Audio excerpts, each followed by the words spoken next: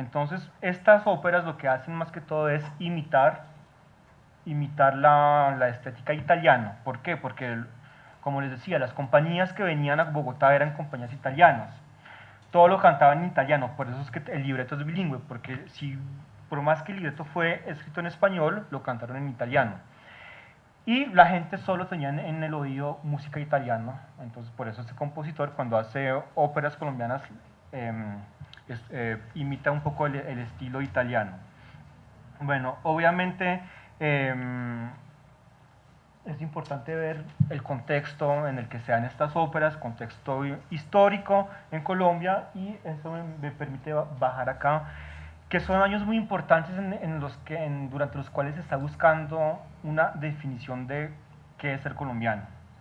Estoy seguro que todos ustedes conocen Carro y Cuervo, Marroquín, Rafael Pombo, todos esos señores que hacían gramáticas, diccionarios, que es lo que hacían, apuntamientos del lenguaje bogotano, que era como un diccionario de cómo hablaban los bogotanos. Rafael Pombo, que tradujo al español Horacio, el poeta latín, y que de hecho le valió ser nombrado no sé qué cosa por la Academia Real de España. O sea que en esa época la lengua, digamos, el esmero en la lengua es algo muy, muy importante. ¿Y eso por qué? Porque estos señores están tratando de definir qué es ser colombiano. Lo mismo, cuando se hace una ópera, se piensa que la ópera es el género más sofisticado y que todo buen colombiano tiene que ir a la ópera y tiene que ser un aficionado de ópera. Pero obviamente nos damos cuenta pues, que acá hay un límite muy grande y algo que no ha cambiado porque finalmente están tratando de imponer el modelo europeo a través del cachaco. ¿Qué es el cachaco? El cachaco es un poco un personaje snob, o sea, que trata de vivir como se vivía en París o en Londres, salvo que acá en Bogotá, entonces como que las cosas no cuadran. Ahora, otra cosa, ¿quiénes van a la ópera? Se pueden imaginar que no todo el mundo tiene acceso a la ópera y eso no ha cambiado. Eso sigue siendo una cultura de élite, la que lee, la que escribe, la que va a la ópera, y finalmente entramos como en un gran problema porque al querer definir una identidad colombiana, finalmente ¿qué están haciendo? Están definiendo una identidad bogotana, un poco de la aristocracia bogotana, pero no más, hay una cantidad, digamos, si me permiten la expresión, el pueblo no tiene acceso a todas esas manifestaciones culturales y se va a crear como una gran brecha entre los que pueden ir a la ópera, los que son colombianos entre comillas y los demás.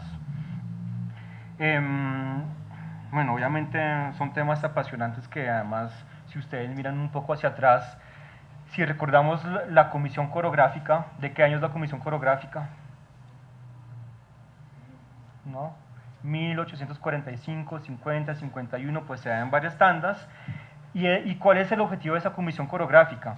Es ir por toda Colombia, porque recuerden que en esa época Colombia no se llama Colombia, sino se llama, ¿alguien sabe? Los Estados Unidos de Colombia, que éramos Estados Unidos, es decir, que éramos provincias separadas, y, y entonces el poder central se da cuenta que para conocer Colombia tenemos que mandar a cada provincia un grupo, una expedición, que van a pintar cómo se vestían cómo se vestían los tipos de cada región, qué se comía, cómo se hablaba, qué se cultivaba, el clima, etcétera, etcétera, etcétera. O sea, eso es la comisión coreográfica, es como abrir los ojos a que Colombia no es Bogotá, Colombia es una cantidad de provincias y, y finalmente nos damos cuenta que Colombia es una cantidad ¿cómo se dice?, de personalidades complejas, múltiples y diferentes que no permiten definir lo que es un colombiano. Entonces, por eso es que tratar de imponer una cultura colombiana a través de esto es algo que no funciona y que no funcionó. Otra cosa muy importante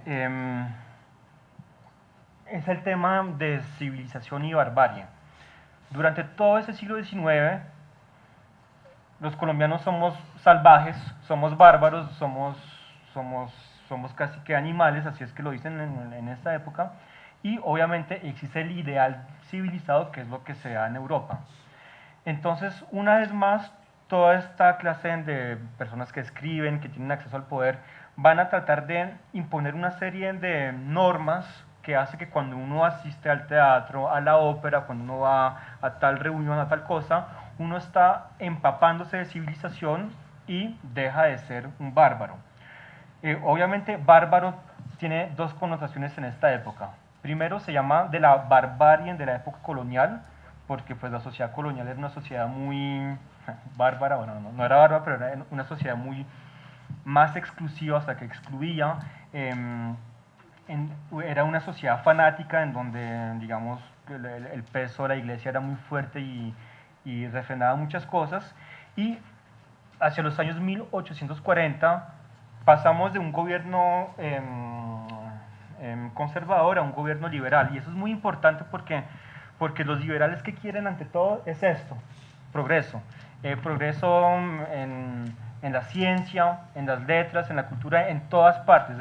Es la época cuando se hacen los ferrocarriles en Colombia, cuando se hacen puentes, cuando se hace, ¿qué otra cosa? Cuando se abren colegios laicos, que eso no existía, cuando la educación impone el inglés, el francés, es decir, es una cantidad de cambios en la sociedad que hacen que finalmente en 1870, 80 ya estamos en una óptica de civilizarlos, entre comillas, obviamente hay que usar esos términos.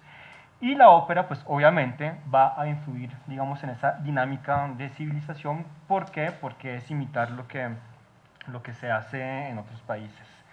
Ya les voy a dar ejemplos de todo esto y de pronto voy a empezar con un ejemplo que es hablar de lo que son espacios y tiempos urbanos de diversión. Entonces, espérense, voy a saltar un par de diapositivas. De pronto vuelvo. Bueno, les hablaba de civilización, ¿verdad? Y pues yo no soy el que digo eso, sino, por ejemplo, si ustedes miran este recorte de prensa, se lee hablando sobre una compañía lírica. La compañía lírica Cavaletti nos está dando muestra del adelanto del país y representando por primera vez nuestro repertorio musical, porque es una compañía que montó óperas colombianas.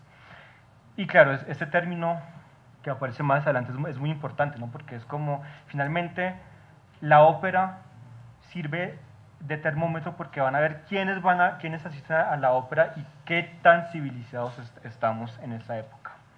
Obviamente la ópera también tiene una función de educar al público. Y les leo este fragmento que también pertenece a la prensa.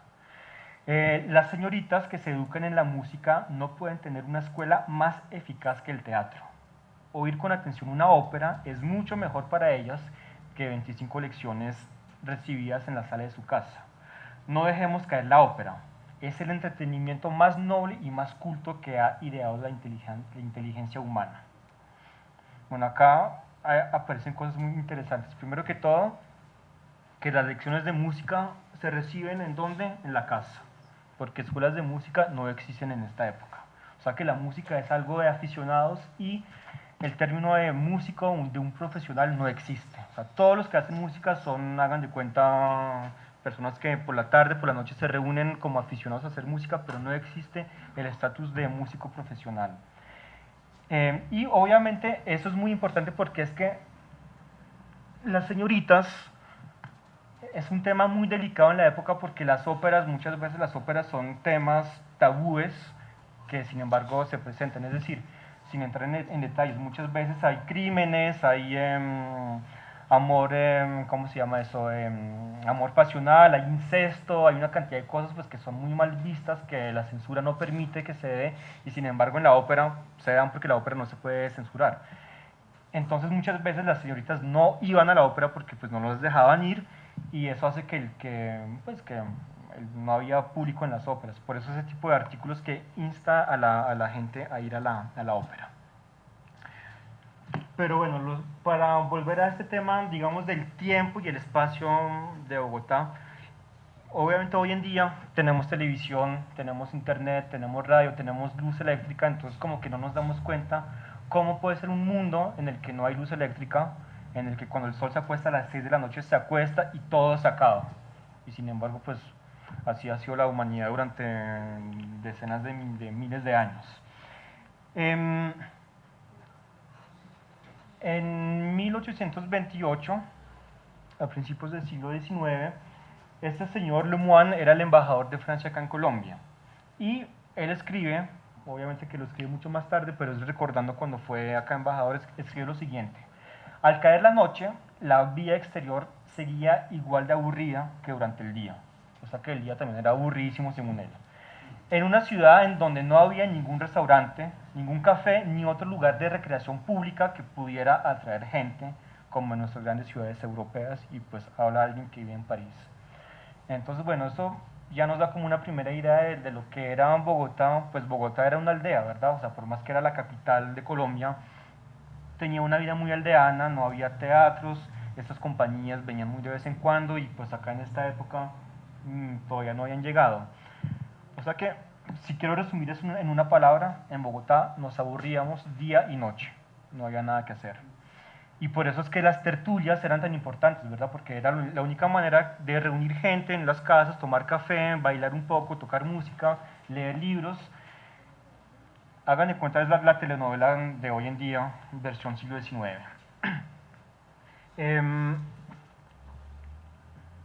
Era una vida que era como muy... se repetía día tras día, y les voy a decir cómo eran los ritmos diarios de la vida acá en Bogotá hacia mediados del siglo XIX. Primero, la semana iba de lunes a sábado, durante esos 6 días se trabajaba, todo se repetía lo mismo. Entonces uno se levantaba cuando amanecía. Luego, misa, hay que estar en ayunas para poder comulgar, eso no ha cambiado hoy en día, ¿o sí? Bueno, no sé. Hacia las 7 de la mañana, después de haber estado en misa, después de haber comulgado, de estar digamos en paz, se podía por fin desayunar. Luego, primera jornada de trabajo de 8 a.m. a 1 p.m. Eso no ha cambiado mucho. Lo que sí ha cambiado es lo que sigue, almuerzo y siesta. Como que creo que se perdió la sana costumbre de la siesta, pero bueno. Segunda jornada de trabajo de 3 a 6 de la tarde. Y después de eso, no podía faltar el paseo por el Altozano. El Altozano, ¿qué es el Altozano? El Altozano. Ustedes conocen la Plaza de Bolívar, la catedral, digamos como esas escaleras que están ahí donde queda la catedral, pues la gente ahí paseaba, daba vueltas, vueltas, vueltas, se hablaba de literatura o iban a tertulias que eran podían ser en librerías, en cafés o en casas privadas. Lo que ocurre es que a las 6 de la tarde todo cerraba, entonces solo quedaba esa posibilidad pues de la tertulia, del paseo por el Altozano. Era como el gran momento de vida social en donde uno veía quién estaba con quién, cómo se vestía, qué decía, qué no decía, en fin, todas las intrigas, el chisme para usar términos modernos, que eso no ha cambiado, salvo que pues era algo muy localizado en el espacio y en el tiempo. Y para terminar, la jornada nocturna, que va de 6 a 10 p.m. ¿Cómo? Ya vuelvo a las pulperías. La jornada nocturna de 6 a 10, en donde, pues, como les decía, meriendas, visitas a las familias, tertulias, etcétera, etcétera. A las 10 p.m. todo el mundo se retira a dormir, se encierra en las casas, no sin antes tirar la basura a la calle. Entonces se pueden imaginar un poco el estado de aseo de Bogotá.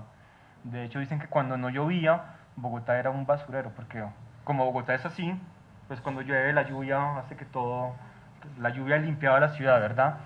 Pero cuando había fenómeno del Niño, no sé si cómo se llamaba en la época, pues nadie se llevaba la basura y Bogotá era bastante, digamos, no muy salubre. Eso me hace pensar en otra cosa, los cambios que ha tenido Bogotá. Ustedes saben que acá el eje ambiental, ¿sí saben cuál es el eje ambiental, sí? Eso antes era un río de verdad, es decir, o sea, corría agua, pero no hoy en día como está compartimentado. Y lo mismo en la calle Sexta, donde está la Casa de Nariño, había otro río, el río San Agustín, ese es el río San Francisco, y eso hace que para pasar de donde estamos al otro lado tocaba tomar un puente por la séptima, o sea, uno no podía pasar por todas partes, o por la tercera, es decir, eran como barrios que estaban muy aislados los unos de los otros. Y obviamente, pues esos ríos eran unos basureros que ustedes no se imaginan, que todo el mundo echaba ahí todos los desperdicios, y fue tal, o sea, era tal el nivel de insalubridad que en 1890, creo, deciden taparlos para por razones de higiene, es cuando se hace toda la alcantarillado de Bogotá, y es cuando se modela un poco la ciudad que conocemos hoy en día, que es una ciudad plana, sin ríos, a pesar de que había cada 10 cuadras había un río que bajaba de la montaña. Pero bueno, eso era anecdótico.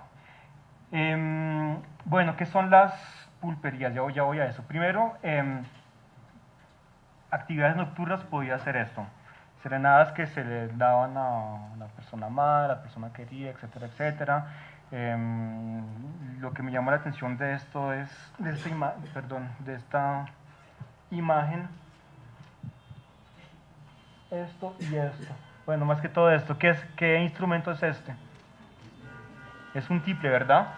Entonces es obviamente cuando ustedes ya investigan la parte de qué instrumentos había en esa época, pues las imágenes son muy importantes para ese tipo de investigaciones.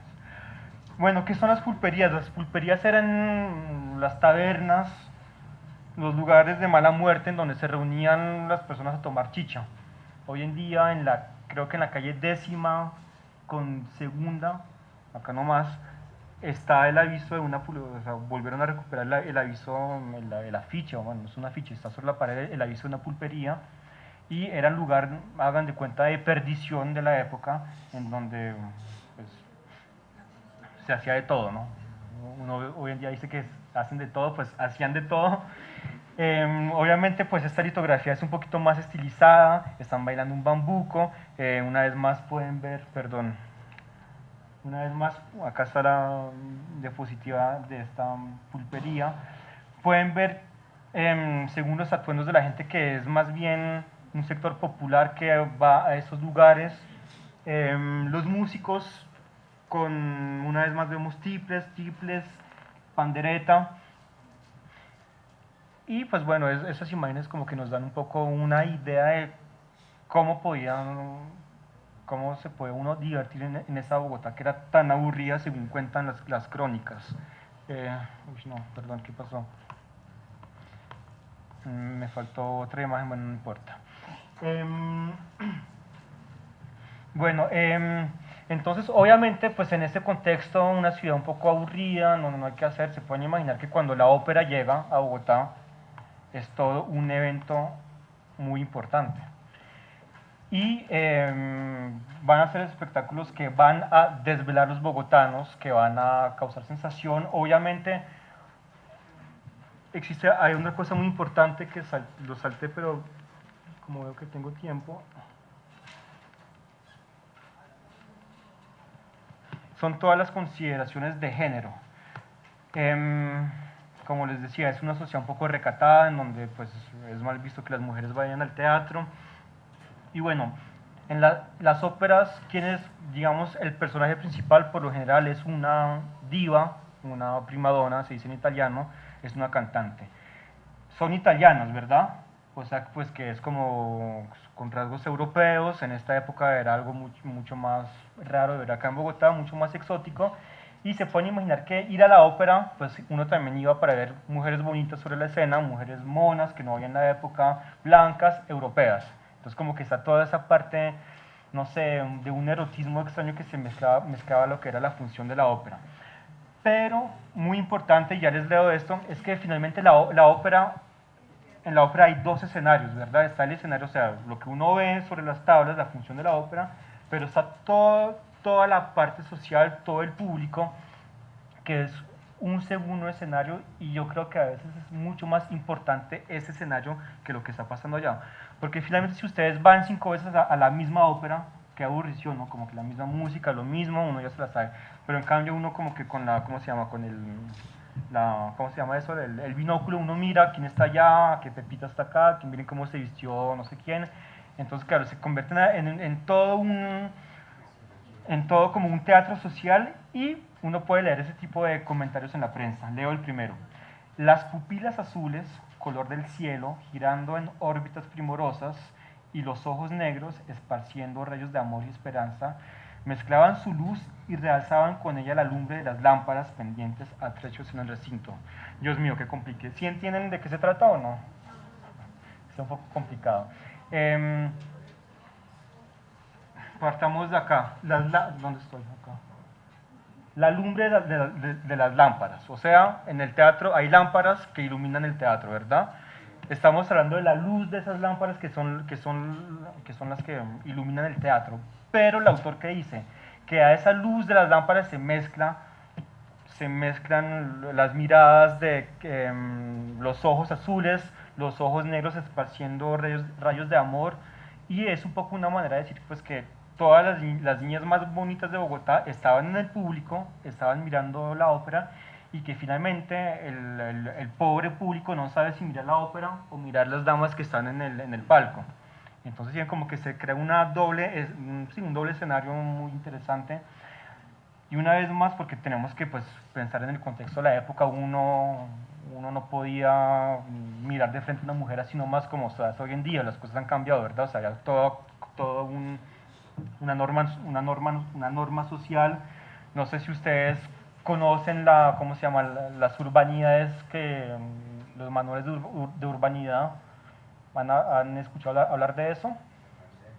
La urbanidad de Carreño, cuya hija era una gran pianista famosa en Europa, en donde se dice que uno no se puede, no sé, cuando come hay que comer así, cuando se quita la ropa hay que apagar la luz, cerrar los ojos, quitarse la camisa, que uno jamás puede mirar a una dama de frente, en fin, una cantidad de cosas que son muy cómicas si uno las lee hoy en día, pero que eran la norma en la época, ¿verdad?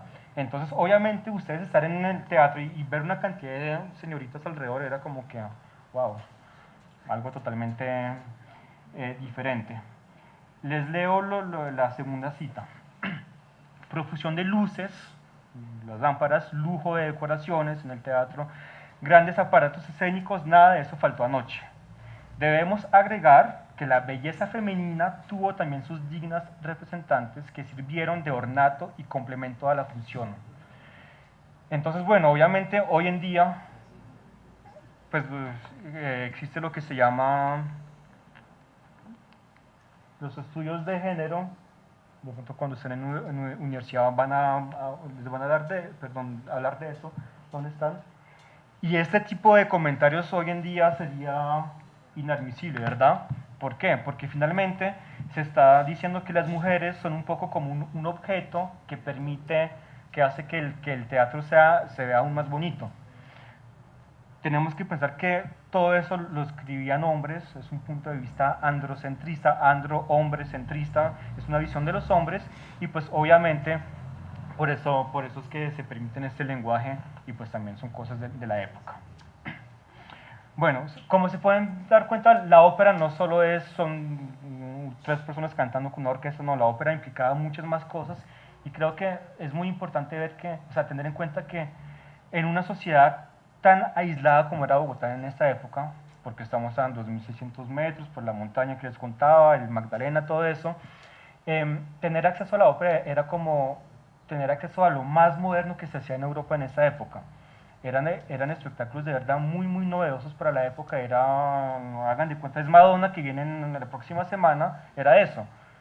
Porque la gente sabía que Madonna existía por la prensa, pero nunca lo podían ver, y de repente tenían ópera en Bogotá. Entonces creo que eso es muy importante que lo volvamos a tener en cuenta. Entonces, pues bueno, todos muy cordialmente invitados, y les agradezco mucho por su atención. Yo creo que tenemos de pronto un momento para, si tienen algún tipo de preguntas, dudas, intercambio de opiniones, creo que es el momento para hacerlo. ¿Cuál es el enlace? ¿Cómo? El enlace para inscribirse. ¿Podemos llegar así nomás? Hay que inscribirse. Es mejor inscribirse. Si uno llega así nomás se puede, pero ¿tienen con qué anotar? Sí. Es eventos.uniandes.edu.co. Eventos.uniandes.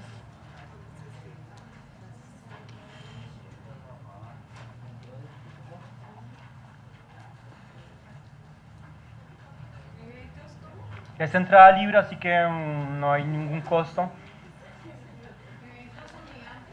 ¿Cómo? Eventos.uniandes.edu.co.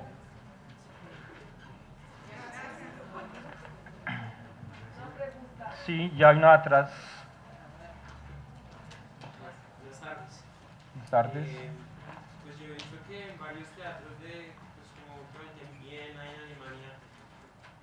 óperas del siglo XVII y XVIII las reforman de tal manera que sean asequibles a un público contemporáneo.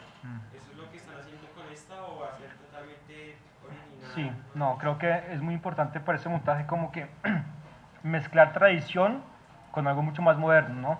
Es decir, tradición, perdón, me atoré. Tradición es la música, que es una recuperación de esta ópera, una recuperación histórica, pero la puesta en escena va a ser muy moderna, con cosas un poco mágicas, efectos especiales, tecnologías modernas, entonces es como para que sea más fácil entender lo que está pasando y pues además aprovechando las tecnologías modernas. Buenas tardes. Tranquila que yo lo escucho. Bueno, buenas tardes. Me quedó sonando lo de la costumbre de botar la basura a la calle, de eso de lo heredamos de los españoles o dónde viene esa costumbre. Pues eso es desde la época medieval en Europa se hacía, o sea, es más cuando ustedes conocen la expresión aguas, ¿sí? Aguas, que la gente grita aguas, es porque botaban a la calle el balde con todas las, sí, entonces gritaban aguas para que la gente se quitara de los balcones, pero es una costumbre pues que remonta a la época medieval en Europa y que acá se adoptó, obviamente. ¿Alguna otra pregunta? Sí, económicamente, traer una compañía desde Italia, supongo que era mucho dinero que hay que pagar. Es decir, en ninguna de las partes que usted investigó, ¿no se dio cuenta que hubieran perdido plata a los empresarios? Siempre, o sea, no era rentable. Creo que ellos lo hacían finalmente más por el amor al arte, por el amor a la ópera, o sea, Rafael Pombo, Lleras, ¿cómo se llamaba? Lorenzo María Lleras, esos personajes como que lo hacían por puro amor al arte, pero nunca, o sea, siempre estarían perdiendo porque era muy costoso, ¿no? El viaje, los honorarios, y pues la gente, como les decía, iba 2 meses a la ópera y luego se aburría, o sea que siempre terminaban en bancarrota esas compañías. ¿Y cómo se sostenían entonces? Se sostenían, pues primero que todo, las primeras funciones sí les daba con qué vivir, y de pronto lo más importante eran las funciones a beneficio, que siempre había una función de las 20 o de las 40 o de las 10 que se llamaba una función a beneficio de tal persona, y todas las entradas, todo lo que se recaudaba se le daba a ese cantante. En esa época, la población de Bogotá era más o menos de cuánto? Si mal no recuerdo, 1870 estamos como por los 150.000 habitantes. Sí, sí. Es decir, Tengo una inquietud, perdón. ¿Qué razones pueden haber para entender un poco por qué la ópera hoy no es tan apetecible por los jóvenes en especial? Bueno, pues yo creo que es un género que está asociado, no sé, primero que todo algo aburrido, ¿sí o no? Como que la ópera dice uno, uy, no, claro, una ópera. Pero bueno, eso es fácil decir cuando uno no lo ha conocido, porque digamos, también es un género que económicamente es de difícil acceso, ¿no? O sea, cuando van óperas acá en Bogotá, 100.000 pesos la boleta no puede todo el mundo. Cuando la dan en cine también es caro, creo que vale, no sé, como 80.000 pesos la boleta en cine, entonces pues también está esa parte económica que acá en Colombia es una barrera para la ópera. O sea, en el caso de Europa obviamente que lo hacen que sea mucho más fácil de acceso, pero acá no. Y yo creo que es algo que como que está en las mentalidades, ¿no? Que está asociado como con otra época, con otra generación, y pues no, que la ópera no. Pero yo creo que está cambiando cada vez más, porque cada vez más hay universidades que proponen óperas, proponen funciones líricas, y yo creo que eso va a cambiar en los próximos años.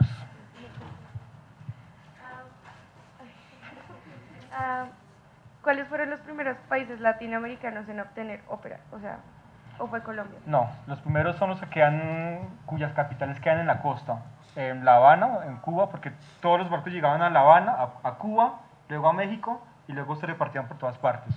O sea que La Habana es fue una gran capital de ópera. México también, y luego Buenos Aires, porque también queda en la costa, y más tarde Nueva York. O sea, era como que La Habana, México, y luego íbamos o para Buenos Aires o para Nueva York. Y pues Bogotá fue al final, en la segunda mitad del siglo.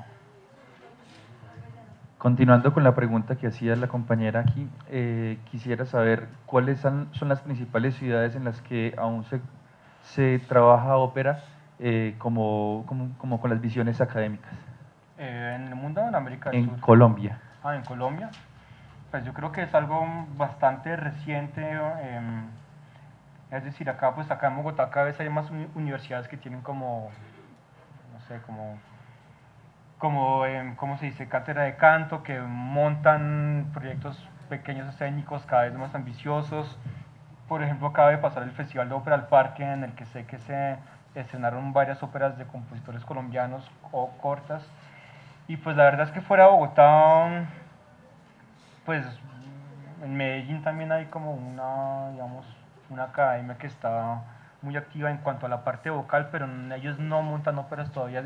Yo creo que es algo bastante reciente que espero cambie, ¿no? Espero se cree como toda una dinámica pues de dar, consumir óperas. Y yo creo que la única manera en que esto puede funcionar es si las universidades lo hacen, porque es que si lo hace Ópera de Colombia, si lo hacen los teatros privados, es inalcanzable. Una boleta de 500.000 pesos en el Teatro Mayor, pues no todo el mundo se puede dar el lujo. Y en cambio yo creo que las universidades como que tienen, además de la componente académica, tienen no sé, como la suerte de estar con gente joven, como ustedes, que está muy entusiasmada y que se implica totalmente en esos proyectos, y eso hace que es un placer poder montar este tipo de óperas. ¿Por qué las óperas colombianas no captan tanto interés al público? Porque la gente no sabe que hay óperas colombianas. Es decir, uno como músico, uno tampoco sabía que existían óperas colombianas. Es algo que no solo se olvidó, pero como que se trató de ocultar. ¿Por qué? Porque es que esta música del siglo XIX, luego en los años 1910, 20, va a ser mal vista. La gente va a decir, uy, no, esta música es horrible, olvidémonos de eso. Y nosotros como que heredamos un poco ese pensamiento, que todo lo que es siglo XIX colombiano es malo. Pero pues la idea es que las mentalidades cambien y que descubramos esta ópera de la música, todas las artes para poder tener una imagen un poco menos sesgada de lo que era el arte en la época. Bueno, ¿cuál es el futuro que usted le ve a la ópera de aquí a unos 10, 15 años según a su conocimiento? Depende de ustedes. Si ustedes se convierten en un público fan de óperas y si acuden, pues va a funcionar. Si la ópera sigue siendo algo totalmente elitista, cerrado, reservado, pues no vamos a ir muy lejos. Pero yo creo que, o sea, como lo digo, yo creo que cada vez va a haber más posibilidades de tener accesos a diferentes escenarios y pues de eso se trata. Entonces, ojalá que pues eso les cree la curiosidad para poder ir a ver óperas. Una pregunta como muy personal. Usted es una persona joven, un chico de la nueva era. ¿Por qué le dio por estudiar ópera y meterse en esos campos como tan alejados de la juventud? Sí, pues digamos que eso es un poco anecdótico, pero cuando yo estaba estudiando pues en el conservatorio en Francia, en la clase de historia el tema era la ópera. Y pues uno como colombiano no va a empezar a trabajar sobre ópera francesa o alemana o lo que sea, porque es que ya hay demasiado que ha escrito sobre eso. Entonces como que me dio curiosidad saber si había ópera colombiana, y pues no solo hay, sino que además existe impecablemente conservada. Entonces todo eso como que me llenó de ganas de seguir adelante y sobre todo de poder restituir ese repertorio. O sea, lo más importante es eso, que no sean papeles olvidados en una biblioteca, sino que sea una realidad musical que todos nosotros podemos ir a escuchar, ojalá lo se grabe, pues, y que se convierta en una realidad musical, pues que es lo que es la ópera. ¿Es la primera vez que la Universidad de los Andes presenta una ópera? No, ya lo han hecho. Sí. No, ya lo han hecho no sé cuántas veces, pero ya hace varios años se han hecho, incluso este año ya se montó otra ópera, hace como un mes. ¿Alguna otra pregunta?